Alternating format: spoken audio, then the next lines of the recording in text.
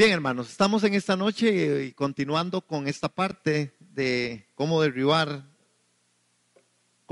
las fortalezas de amargura. Importante tal vez venir al...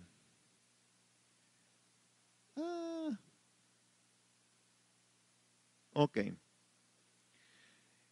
Dentro de todo esto, lo importante es que nosotros logremos otra vez encajarnos en el camino que debemos tomar como iglesia, que ese ha sido el tema, ¿verdad? Porque el tema no es el asunto de la fortaleza, ni la iglesia, ni el perdón, sino que es cuál es realmente el camino que debemos de tomar como iglesia, ¿verdad? En eso estamos muy conscientes, muy claros, ¿verdad? Entonces, ¿por qué? Bueno, porque esa es una responsabilidad que nosotros tenemos. ¿Cuál es el camino? ¿Qué es el corazón de Dios para nosotros como iglesia? ¿Qué tipo de iglesia tenemos que ser? Y cuando hablamos de iglesia, no estamos hablando otra vez de un asunto de un edificio, estamos hablando de yo soy iglesia, ¿sí?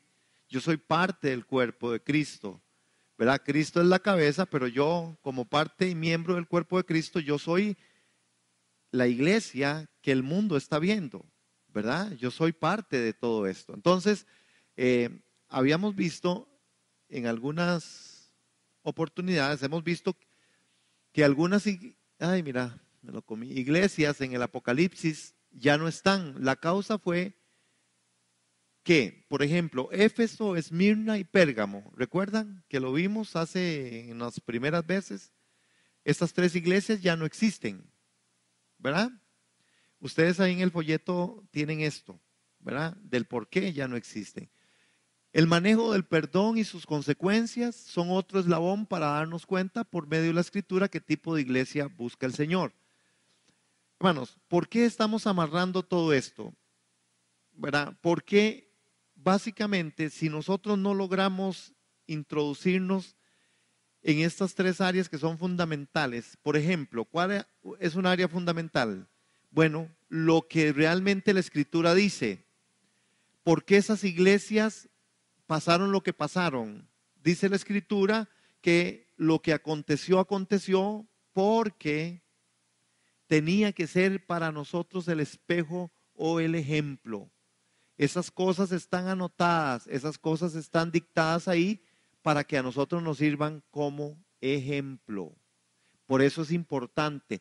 ¿Por qué tomamos las iglesias? Bueno, tomamos las iglesias porque al final es como lo que nosotros tenemos, no solamente en la parte del pasado, sino en lo que era, en lo que es y en lo que ha de venir.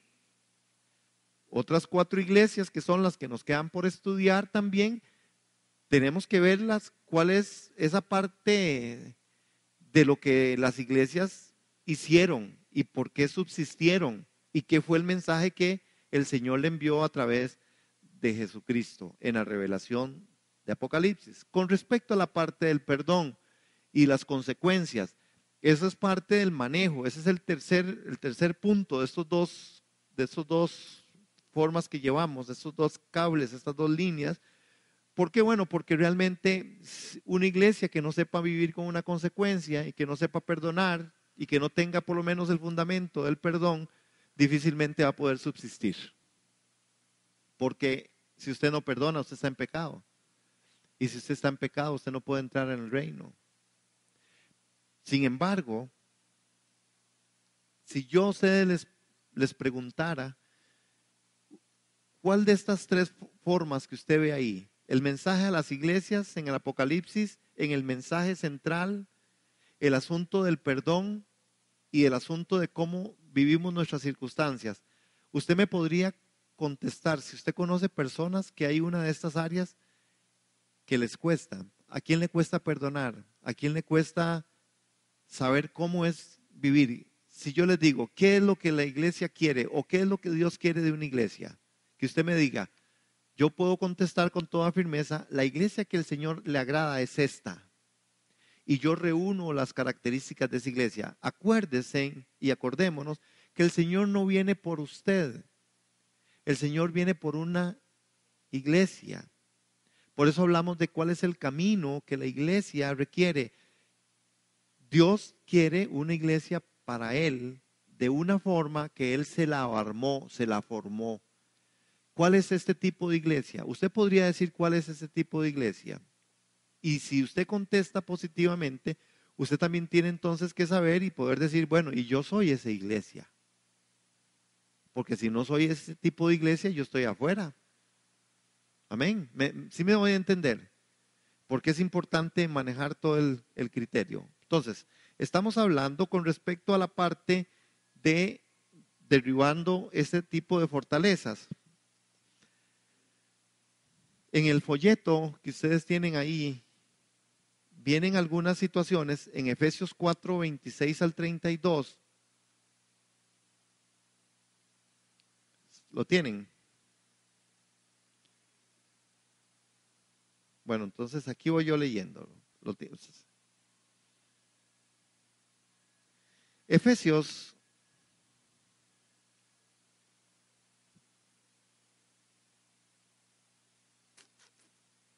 Efesios capítulo 4, verso 26 al 32.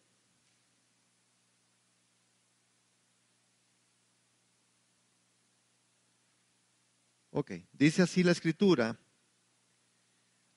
Además, no pequen al dejar que el enojo los controle.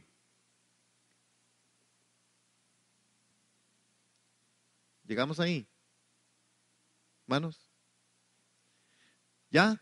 No pequen al dejar que el enojo los controle. No permitan que el sol se ponga mientras siguen enojados. Porque el enojo, ¿qué? ¿Qué pasa con el enojo? ¿Qué pasa? Dice ahí. Porque el enojo da lugar al diablo. ¿Ok? Dice el verso 27, el 28. Si eres ladrón, deja de robar. En cambio, usa tus manos en el buen trabajo digno y luego comparte generosamente lo que tienes con los que tienen necesidad. No empleen un lenguaje grosero ni ofensivo. Que todo lo que digan sea bueno y útil a fin de que sus palabras resulten de estímulo para quienes lo oigan. No entristezcan el Espíritu Santo de Dios con la forma en que viven. Recuerden que Él nos los identificó como suyos y así les garantizó ser salvos en el día de la redención. 31. Líbrense de toda amargura, furia, enojo, palabras ásperas, calumnias y toda clase de mala conducta. Por el contrario, sean amables unos con otros, sean de un buen corazón y perdónense unos a otros, tal como Dios ha perdonado a ustedes por medio de Cristo. Vemos aquí en medio de este texto que hay un problema. El problema es que la amargura contamina, ¿verdad? Ese es el problema. Ese problema trae una consecuencia. La consecuencia es que la amargura debilita. Pero también el Señor nos trae a nosotros una solución. Es la recuperación de ese terreno. ¿Se acuerdan qué dijimos la vez pasada del terreno? ¿Qué era el terreno? ¿Sí se acuerdan? Hola, hola. Una área jurisdiccional de que qué? De nuestra vida. Es decir, que nosotros tenemos, esa es una área, hermanos, y literalmente es así. Lo que pasa es que nosotros no lo hemos visto así, pero yo sí quiero poder comunicar y comunicarles con respecto a esta parte, ¿verdad? Porque el tema no es que sea un tema sumamente difícil, no, es un asunto de que a nosotros nos cuesta mucho asumir este asunto. La amargura contamina, pero a pesar de que yo sé que la amargura contamina, yo me sigo amargando. ¿Cómo me amargo? Vea que el texto está hablando de la forma de vivir. El Espíritu Santo se contrista por la forma en que yo vivo, no es por lo que yo sé. Usted puede saber toda la Biblia, usted puede ser un gran teólogo, usted puede ser una persona erudita. Es la forma en que usted vive lo que produce esa amargura, como usted vive. Hay una consecuencia. ¿Por qué? Bueno, porque la amargura debilita. ¿En qué nos debilita? Bueno, en medio de todo este proceso de la vida, usted se siente una persona que es amargada y al final su amargura lo debilita. Estuvieron dando y hubo una charla, una conferencia sobre por qué reír, ¿verdad? Y hablaba un profesional en el campo de la psicología que hay personas o grupos familiares que son amargos. Claro, no, contaminan montones, que son amargos, gente amargada. Hay gente, hay gente que le puede ir muy bien en la vida y usted los ve amargos. ¿Verdad? Como que usted dice, pareciera que andan chupándose un limón ácido. ¿Sí? Es verdad. Ahora, ¿qué es lo que pasa con esto? La recuperación del terreno. Hermanos, uno de los grandes problemas es que la recuperación del terreno no tiene que ver solo con nosotros. Se los voy a poner así. Resulta que usted se enojó con alguien de tal forma que tuvo un problema y usted se amargó. Usted tiene un buen motivo por el cual amargarse. ¿Por qué? Bueno, porque yo le fallé a usted, le quedé mal en algo importantísimo para usted. Sencillamente yo le fallo a usted y cuando yo le fallo a usted, usted se molesta con toda la razón, porque usted dependía de mí en esto, ¿sí? Usted dependía de que yo hiciera eso para lograr usted el propósito. Usted tiene toda la razón de estar enojado. Cuando usted se enoja, esta parte del enojo es un asunto muy consciente. Lo primero que uno dice es, estoy sumamente enojado con esa persona. Es muy consciente. La amargura no es consciente. La amargura es un asunto muy ahí interno. Al final, hasta usted no lo dice, pero en su vivencia, en medio de la vida, usted se empieza a dar cuenta de que aquello le hace daño. Cuando usted ve a esa persona, usted recuerda y usted recuerda con dolor. Y cuando usted tiene usted se da dando cuenta que está amargado cuando alguien llegó y le preguntó por esa persona, por su salud, y usted le dice, lo primero que usted le contesta es, ¿viera qué irresponsable es esa persona? Y la pregunta no era esa, ¿cómo está esa persona? ¿Sabe cómo está esa persona? Y usted contestó, ¿viera qué irresponsable que es esa persona? Y usted le cuenta la historia y después le dice, yo creo que está bien, yo la vi ayer. Hermanos, la amargura está ahí. Cuando eso pasó, cuando eso llegó ahí adentro, usted ya le vendió un terreno a Satanás. Ese es de él. Por eso hay cosas que nosotros debemos de tener mucho cuidado. Le voy a decir una que es muy, muy sencilla y usted tiene que examinarse si usted está ahí. Los celos. Los celos es producido por la raíz de amargura. Lo que pasa es que porque son asuntos que usted los tiene impregnados por algo que a usted le pasó, por algo que a usted le hicieron, que usted tiene la razón, toda la razón, porque a usted le pasó, porque usted fue ¿verdad? Usted fue una persona de que le hicieron eso, que es verdad, la traicionaron, lo traicionaron, y entonces resulta que eso quedó ahí, y ahora usted vive con otra persona, o tiene un noviazgo con otra persona, o usted convive con otra persona, pero que esa persona no tiene nada que ver con la otra, pero igualmente el reflejo usted lo tiene ahí. Usted es celoso o celosa, por aspectos inclusive, hermanos, que son muy fuertes, porque el terreno está cedido y Satanás te hace ver de una forma inadecuada. Pero resulta que pasó por allá y entonces él o ella pensaron que es que usted estaba viendo algo, usted estaba viendo. Sí, yo lo vi, está bien. Usted me vio. Es más, llegan a momentos donde ni siquiera se está en el momento físico y hay un reclamo. Es que yo sabía, ¿dónde andaba usted? Yo sabía. Es más, yo sabía. Yo sabía. Y, y me imagino que pasó por allá y me imagino que hizo esto. ¿Cierto? Hay y por hablarles de uno que es el más liviano, porque si hablamos de otros que son más profundos, ¿como cuáles? Les digo uno profundo. Aquellas cosas que se piensan y no se dicen. En donde estoy yo con un asunto que es un prejuicio.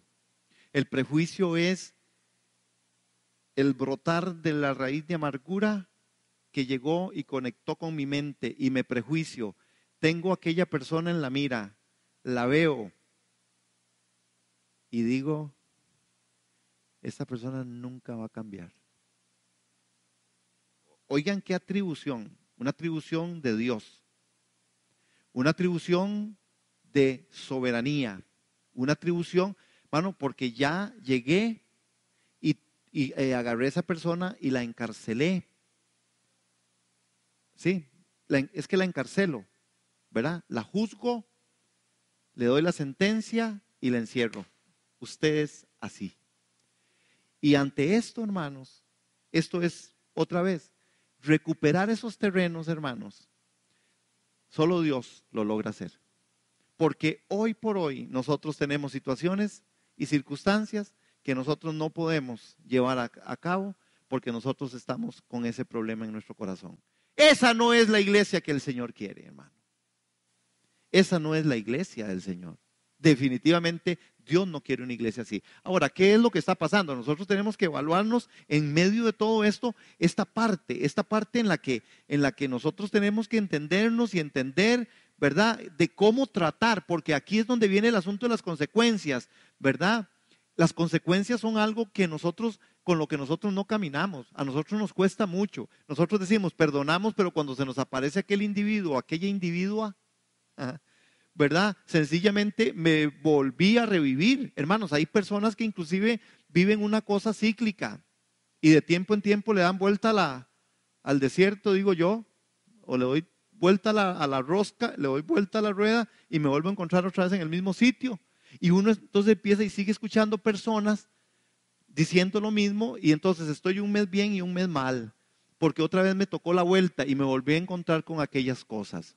Este terreno son terrenos cedidos. Esto es lo que no sirve. La consecuencia, yo siento que la iglesia del Señor no quiere y no sabe vivir con la consecuencia. Yo tengo una consecuencia y yo tengo que saber vivirla. Y cuando yo conozco mi consecuencia y la sé vivir, la vivo con la altura y la dignidad del Espíritu. La vivo con la altura y la dignidad de la santidad. A mí no me va a sacar de mi caminar cristiano aquellas cosas que me sucedieron allá en 1900. ¿Qué te importa? Es de 1950, 1930. Es decir, al final eso pasó y le doy la cara. Y cuando alguien me pregunte sobre el tema, puedo dar la cara. Pero ¿cuántos de los que estamos en este salón hoy no podemos darle la cara a ciertas cosas? Porque todavía nos golpea, porque todavía nos duele, porque todavía es muy difícil. Y entonces, hermanos, vivimos en un mundo de dolor cuando el Señor dice que el gozo de Él es nuestra fuerza. Nos contraponemos a la Escritura. Cuando se dice entonces, hermanos, muchas de las cosas que a mí me siguen doliendo, que yo no sé cómo resolverlas y no sé cómo resolverlas porque al final de la jornada no las resuelvo porque yo no quiero dar la cara. Hay dolor. Entonces, si usted en esta hora tiene algo que le duele, usted tiene que examinarlo, hermano. ¿Por qué nosotros si sabemos el precepto o el principio, por qué nosotros seguimos viviendo en medio de ese principio que es un principio que no es de Dios? ¿Aló? ¿Usted sabe por qué usted sigue repitiendo las mismas cosas? Porque usted sigue viviendo de la misma manera. Y cuando uno dicen, cuando uno vive de la misma manera, obtiene los mismos resultados. Sencillo. ¿Cuánto es golpeado usted por... Hoy ministré a un muchacho, ve que rudo. Hoy ministré a un muchacho, un chiquito de 15 años, ¿verdad? Privado de libertad. El hermano lo mataron hace un mes y medio. Y está el hombre ahí pegadísimo, golpeadísimo, porque al final, bueno, lo llevaron al funeral. Vean, no se acercó a la caja de su hermano porque se acordó que el hermano le dijo, el día que yo me muera usted no me vea.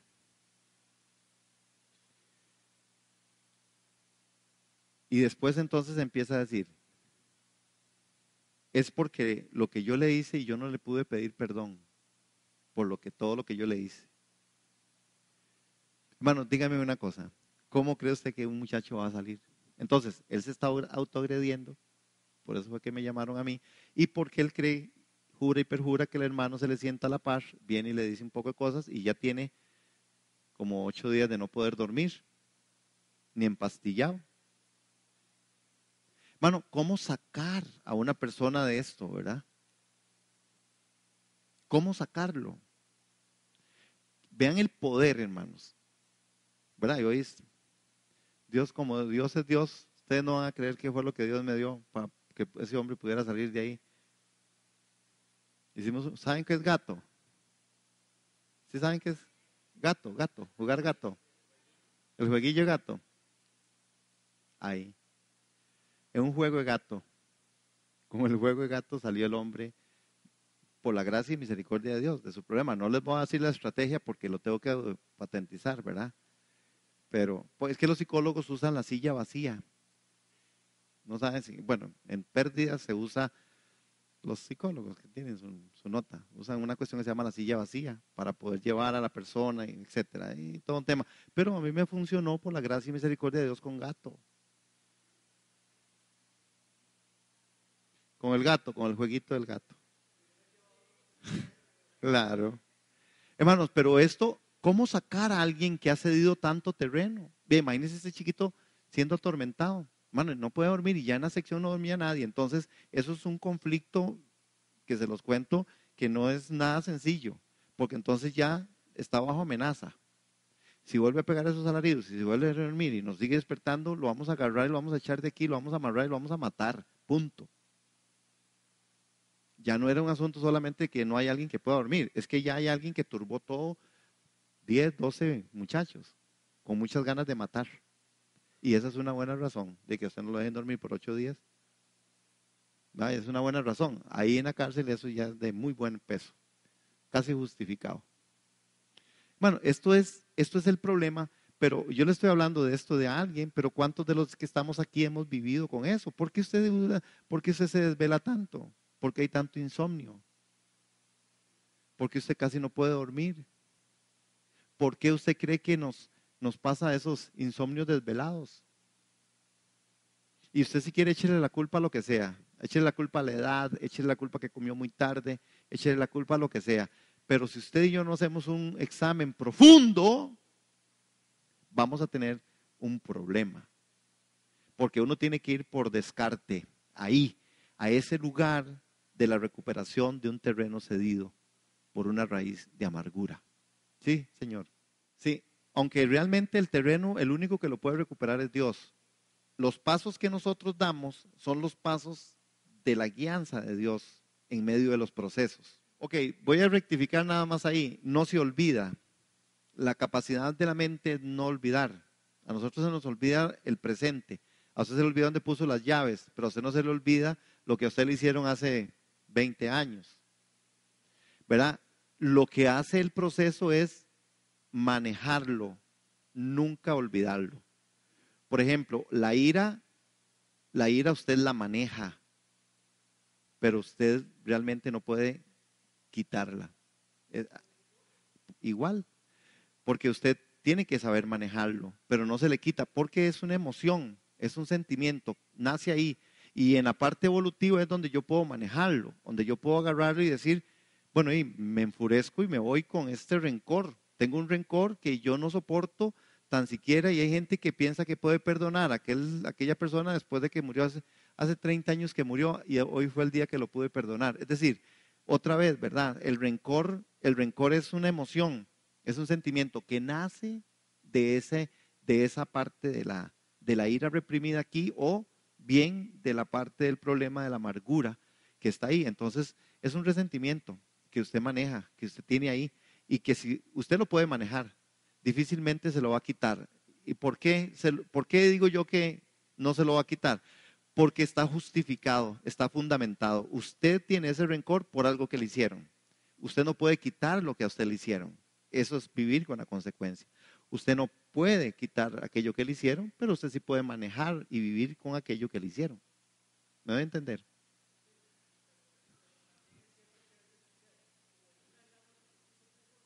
Ah, sí, así es como funciona. Ah, así es como funciona. Por ejemplo, sí, sí, sí, porque dirían los chiquillos, voy, Irita, usted le da churuco y usted dice, Sí, es que, y entonces empieza uno a traer, y sí, lo que me hizo, ¿verdad? Y véalo como está ahora. Y si la persona está muerta de risa, usted la ve muy contenta. Cuando usted quería la desgracia, usted dice, ¿cómo es posible que a este infeliz le vaya bien y a mí me esté yendo como un quebrado en mi vida? ¿Verdad? Y usted le da a tal punto que usted dura noches y noches pensando cómo matar a esa persona. Lo que pasa es que no lo lleva a cabo. Pero si usted pudiera, usted lo mata. Inclusive son expresiones que oye uno dentro del pueblo cristiano, ¿verdad? Es de matarlo. Hay gente que tiene esos instintos que están ahí, inclusive uno los oye y lo que pasa es que no lo llevan a cabo, pero otros sí, pero bueno, aunque no lo diga, a veces yo no lo digo, pero en mis pensamientos y con mi almohada sí sabe de mí, como la noche sabe de mí.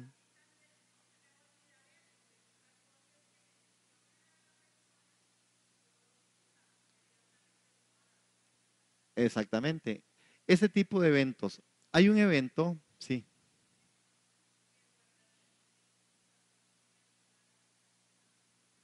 claro, por eso el mecanismo del perdón, del perdonarme, ¿verdad? Tienen que estar ahí. Hay personas, es muy interesante, hermanos. Hay personas, por ejemplo, las personas que son agredidas normalmente o que han sido traicionadas o traicionados, normalmente cuando logran otra vez volver y por conceptos o preceptos o enseñanzas o convicciones, porque no quiero descartar ninguna, dice, no, yo no importa, este hombre es un sarnoso, pero va a seguir viviendo con él, ¿verdad? Y siguió viviendo con el sarnoso por siempre, pero igualmente yo he visto que hay una, perdón, pero yo he visto que es una patología. Es gente que normalmente vive bien deprimida. Nunca están contentas con esa persona. Normalmente solo viven y subsisten, ¿verdad? Con la persona, tratando de pensar que lo perdonaron o que la perdonaron, pero que al final están ahí. Si usted va al examen y usted entra a la intimidad en medio de esa pareja, usted va a ver problemas, problemas de intimidad, usted va a ver problemas de comunicación y sencillamente en la primera que viene, en la primera que va con respecto, digamos, a un pleito o a una situación, lo primero que sale es eso, lo que vos hiciste, sos un sarnosín. ¿Por qué, hermanos? Porque no está bien. Y ese es el tema. El tema es que no está bien, hermanos, que no se logra, que no se puede. Si usted vive con una persona a la que usted no puede olvidar eso, esa consecuencia usted tiene que vivirla y si usted no la sabe vivir, y yo encuentro un montón de creyentes que levantan sus manos, un montón de creyentes que dicen que han perdonado y que seguro sí han perdonado, pero están con su corazón tan dolido que al final uno los oye en expresiones en otros eventos con respecto a Dios. Uno los ve a veces enojados con Dios, pero no es tanto el enojo con Dios, es enojo con aquello que me pasó y entonces ahora lo reflejo en Dios. Tan enojados con iglesia, ¿por qué? No es con la iglesia, es con el núcleo familiar, ¿verdad? Porque entonces uno empieza a ver, la gente dice, es que la iglesia, es que no me ayudan con mi familia, y es que los jóvenes, y es que los chiquitos, y es que esos son síntomas de algo que está pasando ahí, que si uno va al examen, normalmente va a salir que en la placa un problema de algo que está ahí en su corazón amargado, que está conviviendo con la persona que más ha dañado, le ha dañado y que al final ha seguido tratando de hacer un gran esfuerzo por querer ser una persona buena, por ser una persona que no, el divorcio es un problema, ¿verdad? Porque hay que buscarlo, hay que ver por qué, cómo se dieron las cosas. Hermano, porque en la parte del cristianismo esto es muy duro, es muy rudo, es muy difícil y no, yo pienso que a veces no se está manejando de la mejor manera. Tengo una mano allá y tengo una mano aquí. Voy allá con la mano. Ok, yo le voy a cambiar esa palabra sentir, le voy a cambiar esa palabra por sentir, porque ese es otra de las cosas, otra de las, ay Señor, perdón, es que aquí tengo un tema en este oído. Ah, pero estamos en otras. Perdón, sí. Ese sentir. Eso pudiera ser una trampa, Ale. No es un sentir, es una decisión. Porque el día entonces que no me sienta tan bien con ese hombre o con esa mujer, yo puedo otra vez volver a explotar. Si yo soy una persona madura, yo he decidido perdonar a esa persona. Y no me importa volverle a servir, volverle a amar, volverle a extender y que me pase por encima. Si es por sentir, un día de tanto sentirás que te puede pasar por encima y otro día sentirás que ojalá que no se le arrime ni a 100 metros. El sentir no es tan buen consejero. Nosotros somos gente de decisión. La decisión en Cristo es una decisión. Cristo decidió morir por nosotros. No sintió que tenía que morir por. Dios no sintió que tenía que salvarnos. Dios decidió salvarnos. Amén. Estas son una de las herramientas de esto. Sí, Señor, el otro que levantó la mano. La parte ideal de la iglesia es eso. Dice, estén todos gozosos, como estén. Es que Dios es muy radical. Y hay una tristeza permitida, que es una tristeza que es según Dios. Y la tristeza según Dios está cargada de gozo interno. Aunque hay una tristeza que me puede embargar por una pérdida, por una circunstancia angustiante, pero el gozo del Señor, esa es mi fuerza, eso es el ideal. En el mundo tendréis aflicción, pero confíen. Entonces, yo podría estar una persona afligida, pero convencida de que Él venció al mundo y que lo que estoy viviendo hoy, eso es pasajero, que Él es el que me va a sacar adelante. Entonces, en la expectativa de la esperanza de gloria, vivo en la esperanza de gloria. Por eso son decisiones. Yo debo decidir amar. Yo debo decidir ser una persona de carácter. Uno de los grandes problemas que tenemos en la iglesia, primero por el concepto que está mal trazado. El carácter es eso, es hacer lo correcto, cueste lo que cueste. Entonces no es un asunto en el que yo voy a decir, es que no, es que Jorge me agarró y me dijo y me ridiculizó y me puso en mal. No, yo voy a hacer lo correcto. Lo correcto de la vida, del árbol de la vida, es que yo lo ame, a pesar de que Él me hizo daño. Aún a los enemigos debo amar. Vea que el carácter en Dios establecido es aún a sus enemigos. Ya al grado más alto. Normalmente uno no se enoja con alguien y no es su enemigo. Difícilmente uno tiene enemigos, ¿verdad? Más en el mundo cristiano, muy difícil. Todavía en el mundo alguien podría decir es mi enemigo, ¿verdad? Pero en el mundo cristiano lo más que uno puede llegar es a ser gente muy diferente con alguien, pero no es alguien enemigo, sería como muy extremo. Aún entonces, pero la escritura en el principio del carácter dice, aún amando a sus enemigos. ¿Sí, hermana? Sí, amén, así es. Eso es. Yo creo que otra vez, y tal vez ahí, hermana, disculpe y le rectifico como consejo. No sé si es un derecho que la gente lo quiere insultar a uno, pero si quieren hacerlo, lo pueden hacer. Yo sé que es muy difícil. Ok, ¿qué es la consecuencia que nosotros tenemos si nosotros no vamos al principio? Es que la consecuencia son decisiones contrarias a la voluntad de Dios. Es decir, cuando Satanás construye en nuestra mente un razonamiento que es contrario a la Escritura, influye luego sobre nuestra voluntad para que tomemos decisiones incorrectas. Las decisiones incorrectas producen emociones destructivas como temor, ira, depresión y ansiedad. Vean estas categorías: ira, temor, ira, depresión y ansiedad. Hermanos, usted encuentra en medio del pueblo de Dios gente con este estilo o estas formas de vida. Hay gente temerosa, hay gente que es muy iracunda, hay gente que vive en depresiones y hay gente que vive en ansiedades.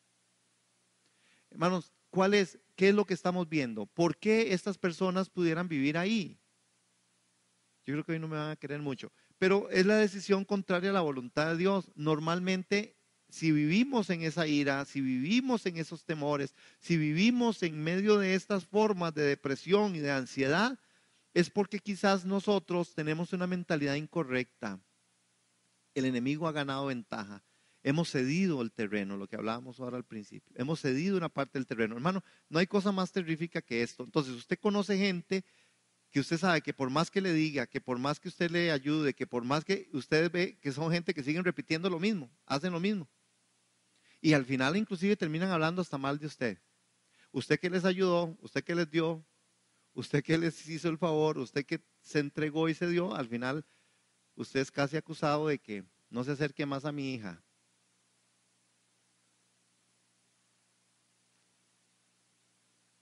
No se acerque más aquí. Es decir, usted quiso ayudar, usted amó, usted dio más de lo que pudiera dar, ¿verdad? Es decir, ¿por qué? Porque es gente que ha tomado decisiones contrarias a la voluntad de Dios, ¿verdad? Sí, ahora vean la otra parte. ¿Cuál es la solución? El derribar las fortalezas. Cuando hablamos de derribar fortalezas, estamos hablando de lo que dice 2 Corintios 10:4. Sí, Carmencita, alguien que me lo busque ahí mientras Carmen dice. Pregunte. Yasmín le contesta. Lo que pasa es que cuando ese texto habla que el sol no se ponga sobre vuestro enojo, normalmente una tristeza está casada con un enojo. Entonces, mi primera reacción es que yo me enojo. Y entonces después me pongo triste. ¿Por qué me enojo? Bueno, me enojo porque se murió una persona muy amada, muy querida, muy cercana. Me enojo porque aquella persona que amé y que fui muy fiel, me fue infiel. Me enojo porque aún siendo una persona de mucha calidad, de mucho empuje en medio de mi trabajo, no hay un reconocimiento en ningún área. Primero me enojo y después me puede dar una tristeza. Otra vez, esa tristeza es nacida muchas veces de esa parte del enojo. No debería ponerse el sol sobre eso. Es decir, yo tendría que arreglarlo al día siguiente. Porque si yo le doy lugar a eso, por supuesto yo entro en una depresión. ¿Cómo no voy a entrar en una depresión? Porque al final yo voy a tener gente, y a veces somos así, hermanos. Por eso uno debe siempre, durante todo el tiempo, debiera uno de adquirir la parte del carácter y poder uno manifestar las aprobaciones, ¿verdad? Que son respuestas del carácter, ¿verdad? Y yo lo he venido diciendo con respecto a los chiquillos, no es menospreciar al chiquillo porque no sabe dibujar, pero tampoco es engañarlo porque sabe dibujar. El reconocimiento es de el logro, el elogio es al logro. Qué buen esfuerzo. Cuando yo elogio, ¿verdad? La parte del carácter, el esfuerzo, el interés, eh, la, la fuerza, el ímpetu, yo no estoy agarrando y beneficiando, no estoy, dije la palabra, elogiando algo que usted hizo que tal vez no le salió, porque qué bien tengo que decirle a usted, qué bien que le salió eso, y usted me dice, no, es que no me salió, no, pero no importa. No importa, usted lo intentó, por lo menos lo intentó. No es cierto, hermanos, esto son cosas que no se pueden manejar así. Uno puede elogiar el esfuerzo de la persona en aquello que puso su impulso. Entonces, por ejemplo, en la parte de la tristeza, en la parte de ese tipo de depresión, bueno, uno tiene que llegar a la persona de una forma adecuada, sobre la base de las cualidades del carácter y poder definirle, y poder determinarle, y poder decirle, mayor que esto que estás viviendo es el Señor. Vuélvete a Dios y camina, porque no te va a hacer bien lo otro. Dios no va a actuar porque usted esté muy triste. Dios no actúa porque usted esté triste, pobrecita. Vean que los sistemas y las formas que hacemos para sacar a la gente de depresión es bombardearlos con un poco de cosas que no es que no son verdad, que son ciertas, pero ¿por qué a la gente le cuesta tanto salir de ahí?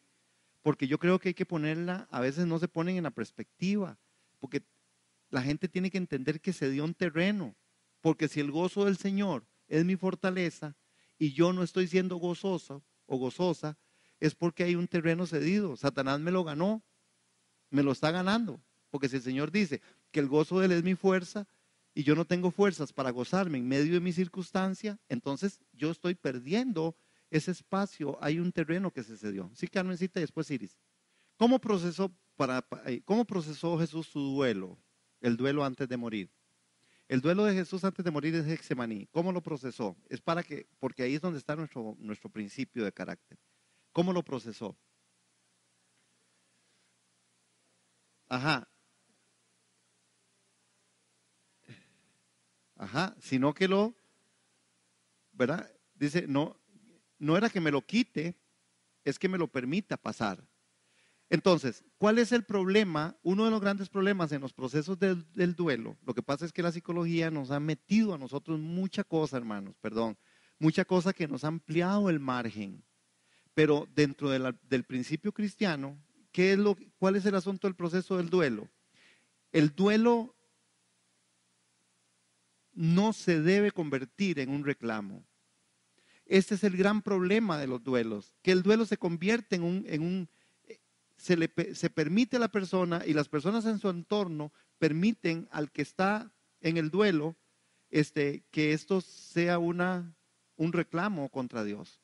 ¿Por qué se la quitó? ¿Por qué se fue? ¿Por qué murió? Porque el Señor me la quitó. Es decir, no puede ser. Está bien mi duelo y ahí es donde Jesús lo llevó en el proceso.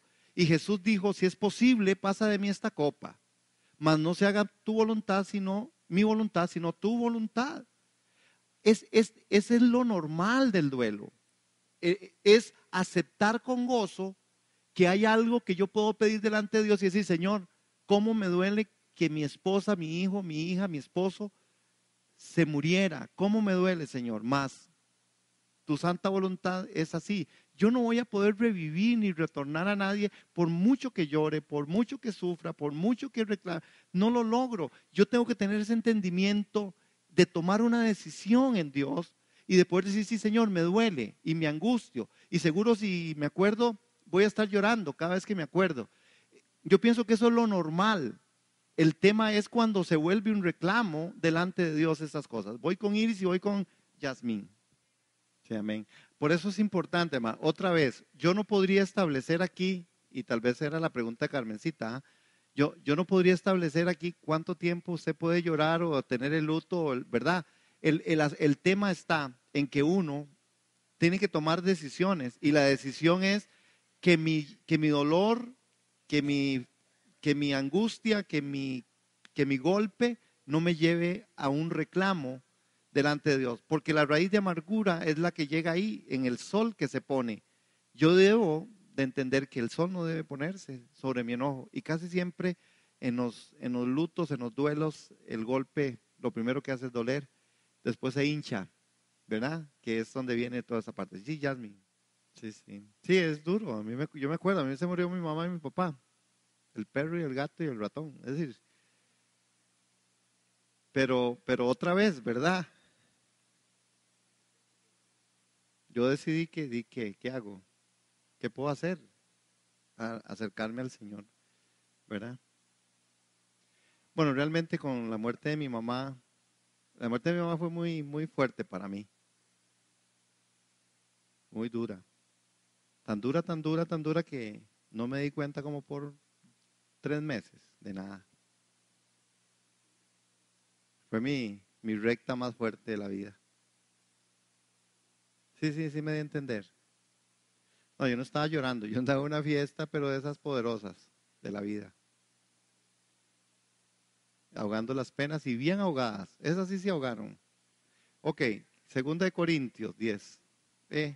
Ajá, ok. Vean que ahí está. ¿Cuáles son? ¿Qué es lo que dice? Corintios, poderosas son ¿qué?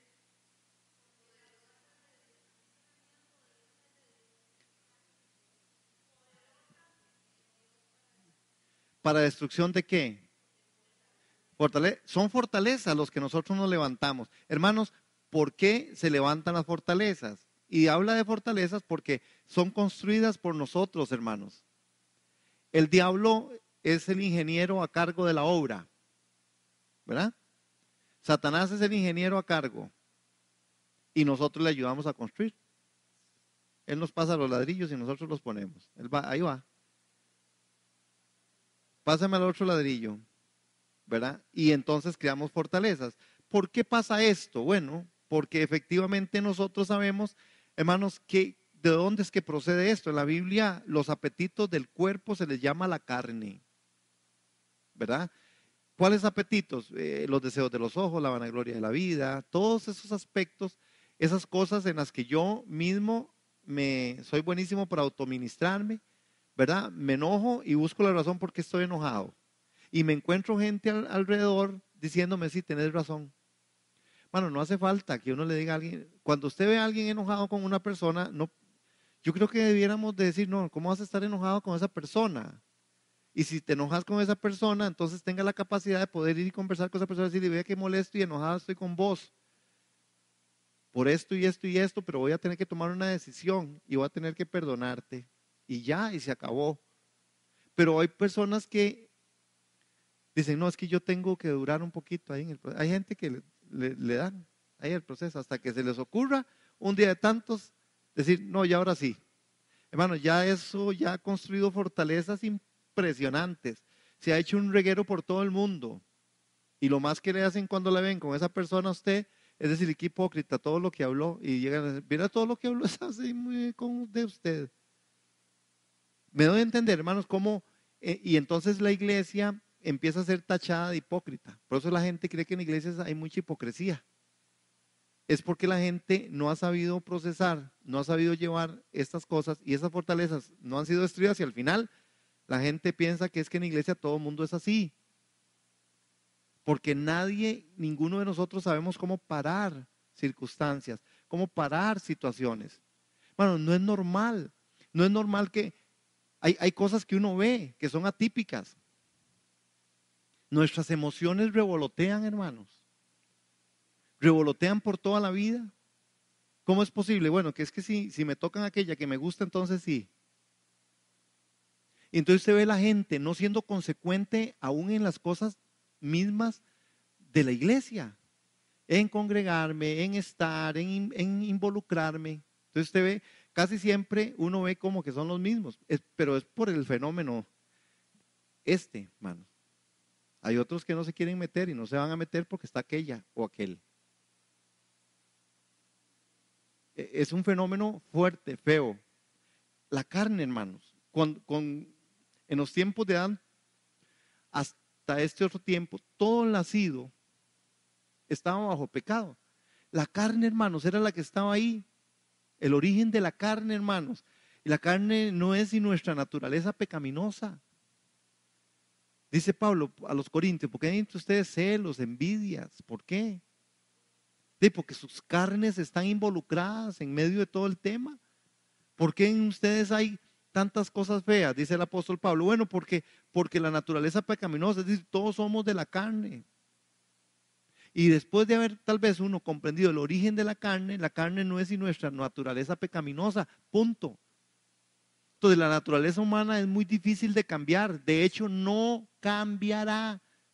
El Señor Jesús dijo, aquello que es nacido de la carne, carne es. Entonces a veces usted y yo pretendemos cambiar a través de formas o de fórmulas cosas que no son. Lo que es nacido de la carne, carne es. Yo dije al principio, hablé de los celos. Eso es de la carne. Usted no lo va a poder superar. Carne es, eso es carnal, eso es carne. Algunas situaciones de falta de perdón, eso es carnal. Usted no va a poder lograr, no importa cuántas veces venga al culto. Bien, entonces, quiero cerrar con esto, hermanos. Quiero cerrar. Voy a cerrar con esta parte de la fortaleza. Hay más. ¿Aló? Hola. Hay más con respecto a eso. Y creo que en el folletito, sigan leyendo ese folletito, ¿verdad? Porque hay más. Por eso, pero tienen que ir leyendo, porque si no, nunca vamos a cerrar el tema. Ya tengo como 4 o 2 meses, pero no importa. Pero el punto está en esto. ¿Cómo voy a derribar esas fortalezas? A través de la palabra, a través de la verdad. ¿Cómo derribo esas fortalezas? A través de los instrumentos de Dios en la confesión de esto. ¿Cómo hago que la amargura no toque mi corazón? Cuando decido entonces tomar cosas, hermano, no es que usted no se duela, no es que a usted no le guste algo, no es que usted no vaya a tener un problema con alguien. ¿Sí? Porque si cuando eso pase, me avisa porque usted no es de aquí. ¿Sí?